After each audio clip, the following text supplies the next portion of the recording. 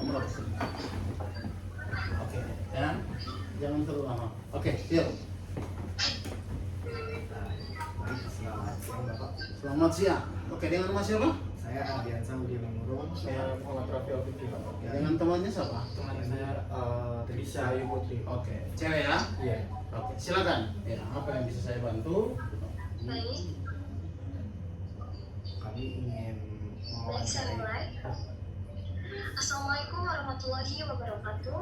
Selamat sore Bapak. Selamat sore. Sebelumnya kami meminta maaf atas keterlambatan dan saya berhalangan hadir dikarenakan ada perkuliahan yang berada di jam yang sama nih Pak. Oke. Sebelumnya perkenalkan kami adalah mahasiswa Fakultas Hukum UPN Veteran Jakarta dengan saya sendiri Trisha Ayu Aminatu Rizky dan rekan saya. Saya Muhammad Rafi Alfikri dan saya Ardiansa Budi Mengurung. Lanjut, Tris. Lanjut, Mbak. Jadi kami sedang melakukan penelitian disharmoni regulasi antara Oke. ya, antara pasal Baik, 65. sebelum kita mulai, apakah Bapak berkenan untuk memperkenalkan diri secara singkat terlebih dahulu? Oke. Seperti nama, jabatan, dan latar belakang Bapak. Baik, terima kasih. Saya Dr. Hedwig Adianto Mau SHMU ya. Sehari-hari saya sebagai TNI aktif, pangkat saya Letnan Kolonel Jaka yang saat ini berdinas di Sekolah Tinggi Hukum Militer. Ya. Dan aktivitas saya sehari-hari selain sebagai anggota TNI aktif, saya juga merupakan dosen yang status saya adalah home base di Jayabaya, khususnya di Magister Hukum, dan saya merupakan dosen dengan konsentrasi hukum tata negara. Demikian, Mbak. Baik, terima kasih banyak Bapak Hedwig atas perkenalannya. Baik, untuk selanjutnya kami ingin menyampaikan bahwa saat ini kami sedang melakukan penelitian dengan judul Disharmonisasi Regulasi dalam Peradilan Militer Indonesia. Analisis pasal 74 dan pasal 65 di tengah kekosongan UU Militer. Penelitian ini kami lakukan untuk melihat bagaimana hubungan antara pasal 65 dan pasal 74 Undang-Undang Nomor 34 Tahun 2004 tentang TNI, serta bagaimana dampaknya terhadap praktik peradilan militer dan kepastian hukum di Indonesia. Sebelum kita lanjut ke pertanyaan, apakah Bapak berkenan untuk menjadi narasumber dalam wawancara ini dan menjawab beberapa pertanyaan yang sudah kami siapkan? Baik, saya berkenan dan bersedia. Terima kasih Bapak. Baik Bapak, terima kasih banyak atas ketersediaannya. Kalau begitu dengan izin Bapak, kami akan mulai wawancaranya.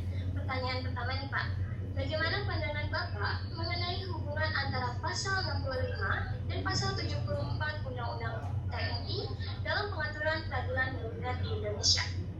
Oke, baik, terima kasih. Kalau kita berbicara mengenai Tentara Nasional Indonesia, pengaturannya diatur dalam Undang-Undang Nomor 34 Tahun 2004 ya, tentang Tentara Nasional Indonesia, yang kemudian di tahun 2025 kemarin telah dilakukan perubahan ya, perubahan hanya beberapa pasal ya, dengan nomor perubahannya nomor 3 tahun 2025. Menarik ketika saat ini masyarakat dan kalau mau dibilang di kalangan mahasiswa ya, banyak yang menyoroti terkait dengan keberadaan dua pasal terkait dengan penundukan prajurit TNI atau militer ya terhadap peradilan. Pasal khususnya di pasal 65 dan pasal 74. Pasal 65 khususnya ayat 2 mengatur bahwa prajurit ya dalam hal melakukan tindak pidana militer ya tunduk kepada peradilan militer, dan dalam hal melakukan tindak pidana umum tunduk kepada peradilan umum ya. Kira-kira seperti itu normanya ya di ayat 2 ya. Namun coba nanti dilihat di ayat 3 ya, berlaku ketika sudah ada peraturan yang baru. Kemudian kalau kita belajar ilmu perundang-undangan Salah satu subnya adalah berbicara mengenai aturan peralihan. Ya, aturan peralihan ini yang tadi saya katakan pasal 65 mengatur penundukan prajurit terkait dengan peradilan mana tunduknya, tapi pasal 74 di dalam aturan peralihan ini mengatur terkait dengan pemberlakuannya. Ya, pasal 74 itu mengatur bahwa akan berlaku, ya, berlaku ketika ada undang-undang baru. Selama belum ada undang-undang baru, maka pasal 65 itu pemberlakuannya mengikuti undang-undang yang lama, ya. Dengan demikian, kalau saat ini menjadi perdebatan dari rekan teman, ya, menjadi bahan diskusi dari kalangan masyarakat maupun di akademisi dan lain-lain, ya, di politisi juga. Kalau itu bisa kita lihat bahwa sebenarnya pasal 74 ini sifatnya hanya untuk mengisi kekosongan hukum, mengantisipasi kekosongan hukum. Memang kalau kita lihat Undang-Undang 34 ini sampai dengan sekarang 2026 ini, undang-undang ini termasuk lama. Sudah ada perintah, sudah jelas, ya, sudah ada aturannya yang harusnya dibuat aturan yang baru, ya. Aturan yang baru, undang-undang itu harus dilakukan perubahan, tapi tidak dilakukan, ya. Dengan demikian pasal 74 ini, ya, masih menjadi alat, ya, legalitas untuk mengisi kekosongan hukum. Itu, oke, ya? Oke. Itu jawaban saya terkait pertanyaan itu. Silakan, Mbak.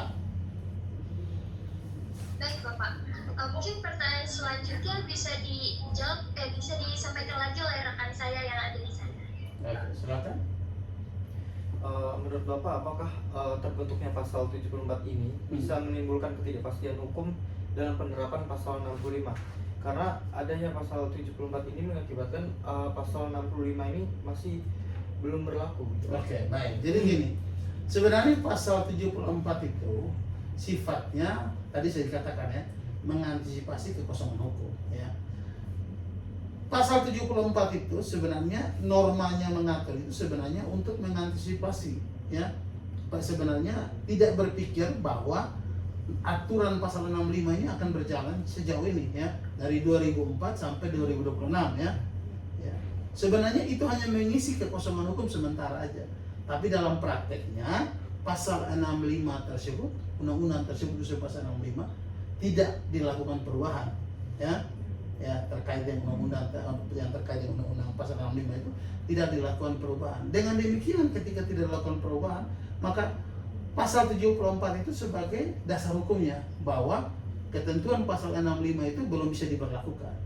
Pasal 65 itu bisa diberlakukan ayat 2 itu apabila ada aturan baru, ya, mengakomodir yang tentunya mengatur secara khusus bagaimana teknisnya ketika prajurit yang melakukan tindak pidana umum tunduk kepada peradilan umum dan melakukan tindak pidana militer tunduk kepada peradilan militer. Memang sangat disayangkan adanya, kalau mau saya katakan, ya, selama ini tidak ada keinginan untuk memproses perubahannya. Nah, sebelum saya tambahkan lagi, sebenarnya revisi undang-undang ini sudah berjalan lama, ya, sudah berjalan lama. Tapi Undang-Undang 34 ini sudah berjalan lama, tapi kemudian ada faktor lain-lainnya mungkin terkait dengan visi misi pemerintah kita, sehingga pasal Undang-Undang 34 ini baru bisa dilakukan perubahan di tahun 2025. Tapi itu tidak mengakomodir pasal 65 tersebut, hanya 3 pasal atau 4 pasal saja dilakukan perubahan. Itu. Lalu pertanyaan ketiga kami, Pak, sebenarnya kelemahan utama yang muncul akibat adanya disharmoni pasal 65 dan 74 dalam praktik peradilan militer ini apa, Pak? Kelemahan. Oke, baik.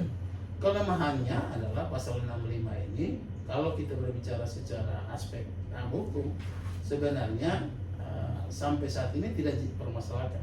Tapi permasalahan muncul, kelemahannya adalah ketika terjadi contoh kemarin, ya, kasus Andre Yunus itu mencuat lagi, ya. Kasus Andre Yunus, ya, penyiraman, ya. Ada yang mengatakan harusnya di peradilan umum dan peradilan atau peradilan militer atau kasus-kasus perkara pidana lainnya yang dilakukan oleh militer.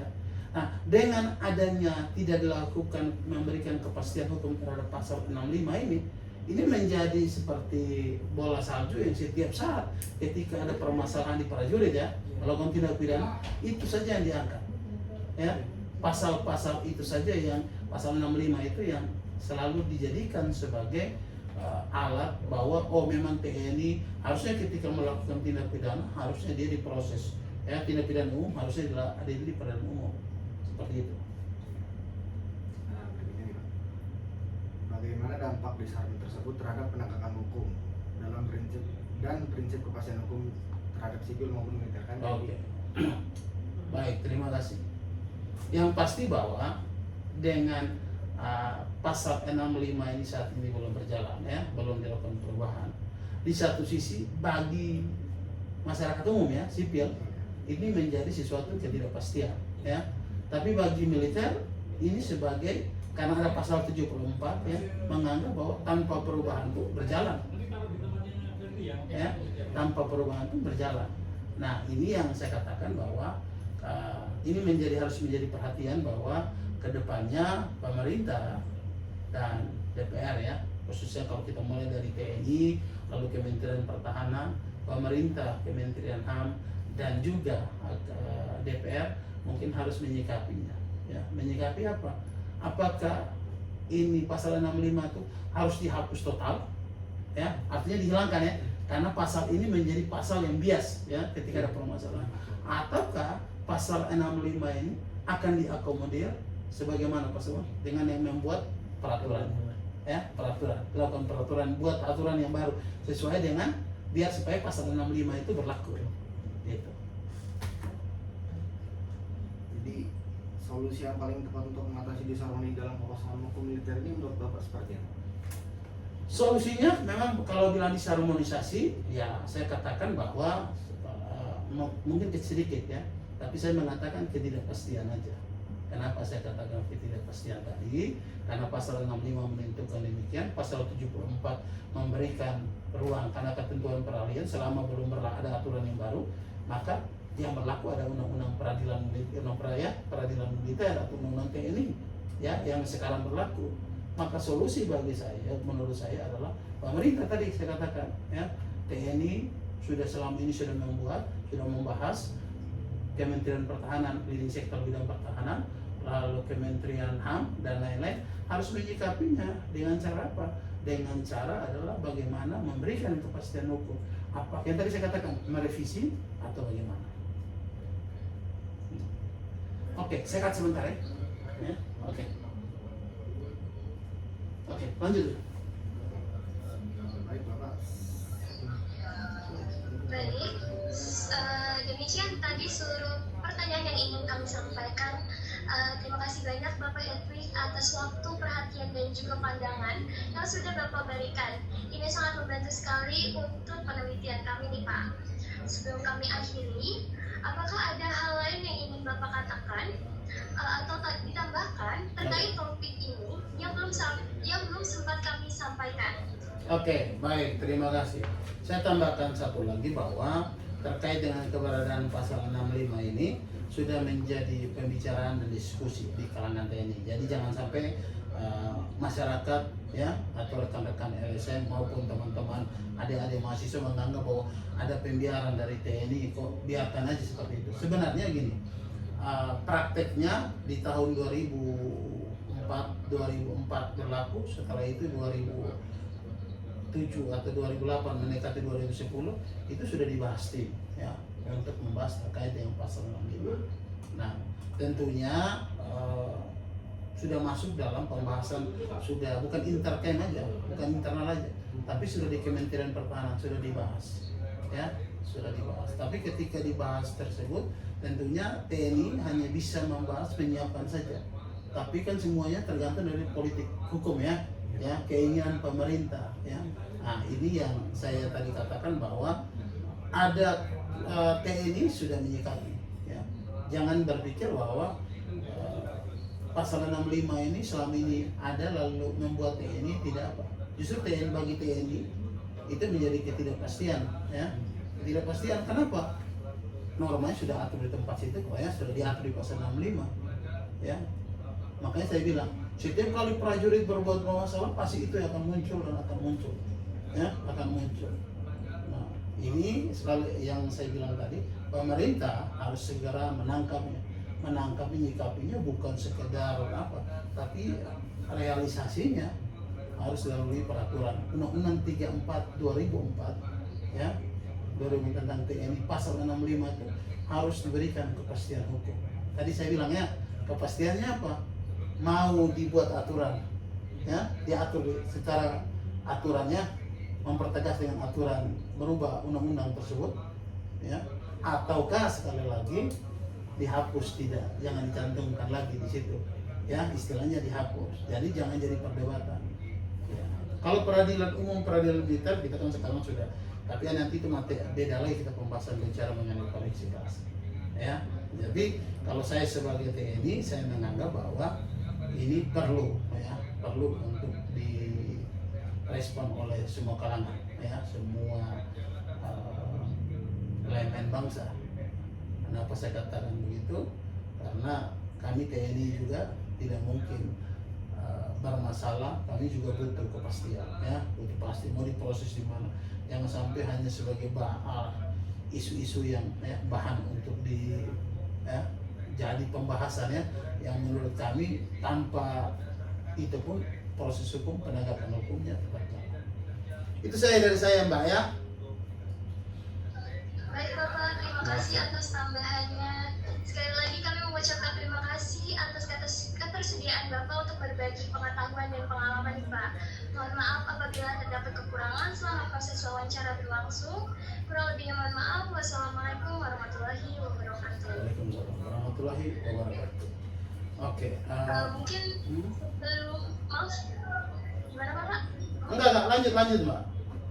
Oke, mungkin sebelum diakhirinya lagi boleh foto bersama dulu kali ya. Oke, boleh, gimana Bersama Bapak Henry pakai dan Bapak kameranya matikan ya. Nanti gini adik-adik, ini kan kalian